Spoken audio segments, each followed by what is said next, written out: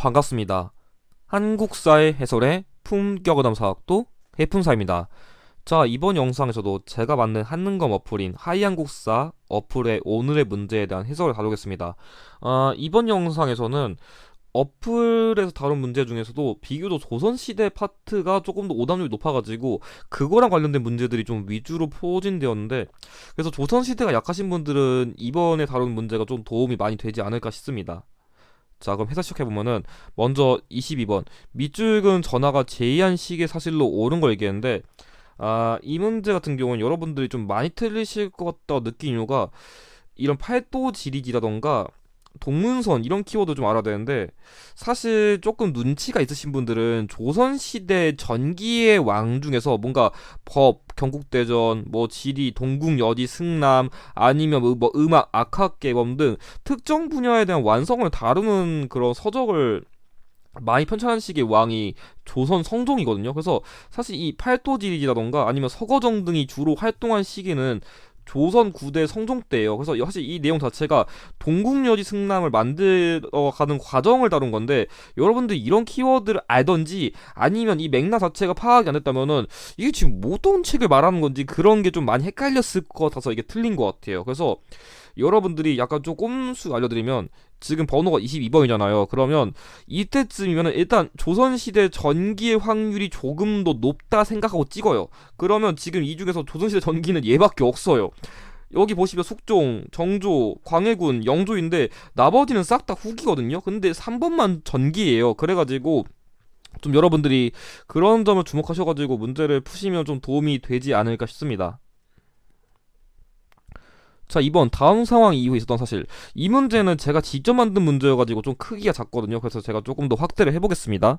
자, 보시면, 자, 여기, 그래서 이제 좀 잘 보일 것 같은데, 이 문제 같은 경우에는 제가 기출에서 진짜 자주 쓰이는 사료를 바탕으로 조금 더 난이도 높인 문제거든요. 뭐냐면 이게 직전에 처에서 나왔던 문제인데, 보시면 여기에 신라가 동북전 변경 빼앗아 신주 설치했대요. 그래서 이 왕이 신라를 습격하기 위해서 구천을 이뤘다는데, 여러분들이 한능거 기초에서 구천이란 키워드가 나오면 그냥 관산성 전투라 생각하세요. 왜냐하면 이게 관산성 부근에 있는 건데, 그냥 이게 나왔다, 이거는 그냥 관산성 전투고, 이게 언급되면은 최소한의 백제의 성왕을 다루든지 아니면 신라의 진흥왕을 다루든지 둘 중 한 명을 다룬 건데, 보통 이사로 내면 그냥 거의 백제 성왕 내려고 가져오는 거예요. 그래서 백제 성왕 이후에 어떤 역사도 사실 있었냐, 그걸 찾는 게 포인트인데, 자, 고흥이 서기를 편찬한 건 근초고왕 시기예요. 예전이에요. 얘는 한 4세기쯤 22단로 왕조 파견한 거 무령왕인데, 이때쯤이 웅진 시기잖아요. 틀렸어요.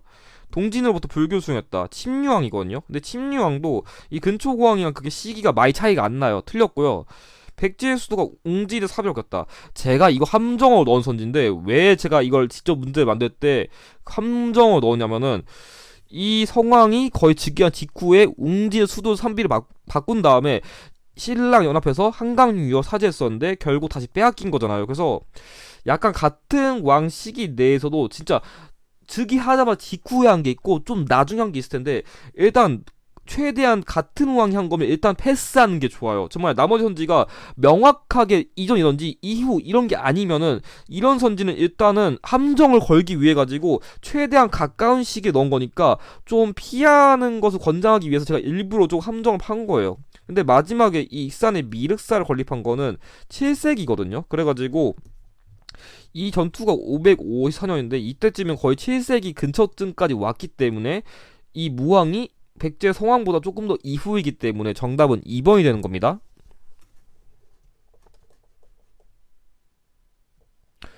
자, 3번 다음 상황이 나타난 시기를 연표에서 옳게 고른 거. 자, 대표적인 그 박해 유형이에요. 근데 약간 제가 올해 기출 경향을 보면은, 박해 유형은 솔직히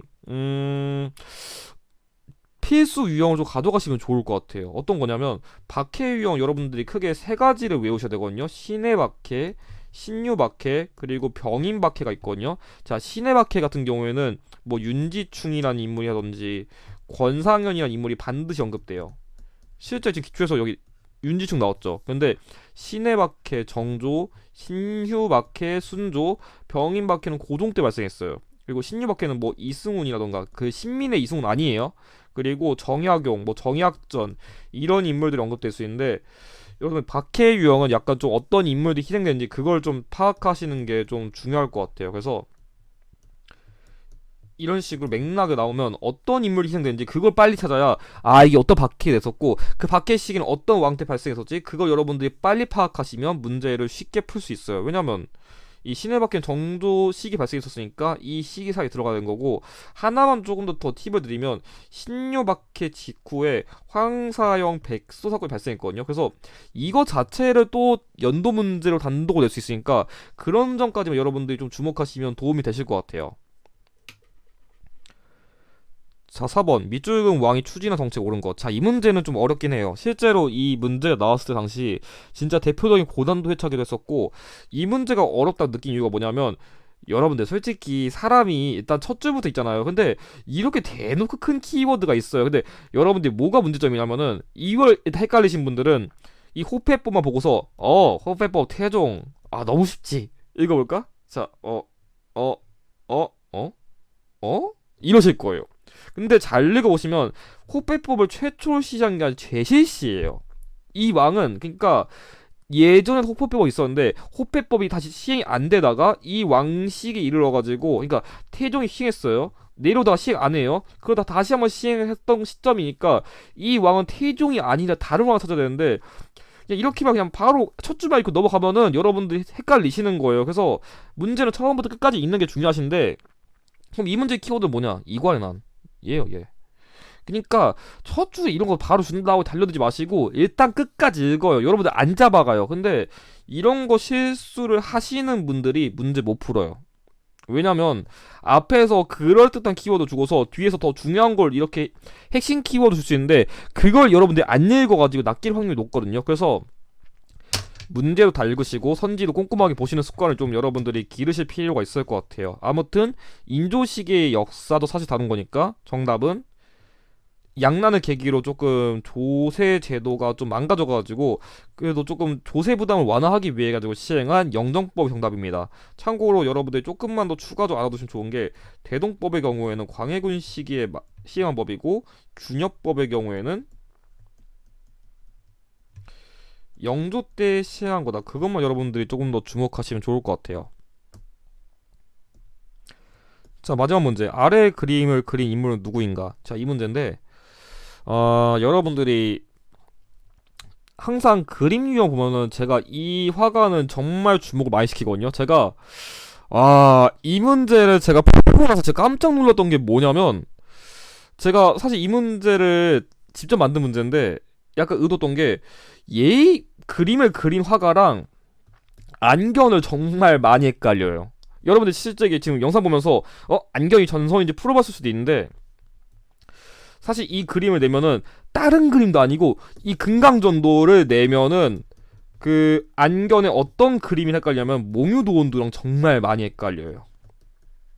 근데 진짜 이 문제 만들고라 재밌었던 게 제가 이 문제랑 이 문제가 이렇게 하면은 정답률이랑 오답률이 얼마나 나오지 비교했는데 그 안견이랑 정선이 거의 쌤쌤이었어요. 거의 똑같았어요. 그래서 야 진짜 생각보다 많이 헷갈려 하신다는 걸 많이 느꼈거든요. 아무튼 간에 이 그림은 금강전도 다룬 거기 때문에 정선이랑 관련된 것도 찍으면 되는데 약간 여러분들이 그만큼 이 두 화가의 그림을 많이 헷갈려 하기 때문에 제가 좀 팁을 다루면 자 이것만 기억해요. 몽유도원도는 뭔가 그림이 좀 가로로 길게 그려져 있어요. 그러니까 그림이 약간 이런 식이에요. 자, 우리 뭐 가로 세로 위 아래 뭐가 세로 가로 이러지 않잖아요. 그러니까 우리 가로 세로 이렇게 맞아. 자, 가로로 긴 게 먼저 만들어진 거예요. 근데 금강전도는 상대적으로 조금 더 세로로 긴 느낌을 그리거든요. 그러니까 자, 우리 가로 세로 이렇게 맞아. 그럼 가로가 먼저잖아요. 그럼 먼저 산 안견이 만든 게 몽유도원도 세로는 조금 더 늦게 만들었으니까 늦게 만들어진 금강전도가 좀 더 뒤자 이렇게 암기하시면 조금 더 풀이에 도움이 될 것 같습니다. 그래서 이건 뭐 금강전도니까 정선의 그림이다. 그리고 여러분들이 이런 호흡 키워드 한 번씩은 가볍게 읽어보시는 거 추천드립니다. 자 그럼 오늘도 오늘의 문제에 대한 해설을 마치도록 하겠습니다. 영상의 내용이 도움이 되셨다면 좋아요와 구독을 부탁드립니다. 감사합니다.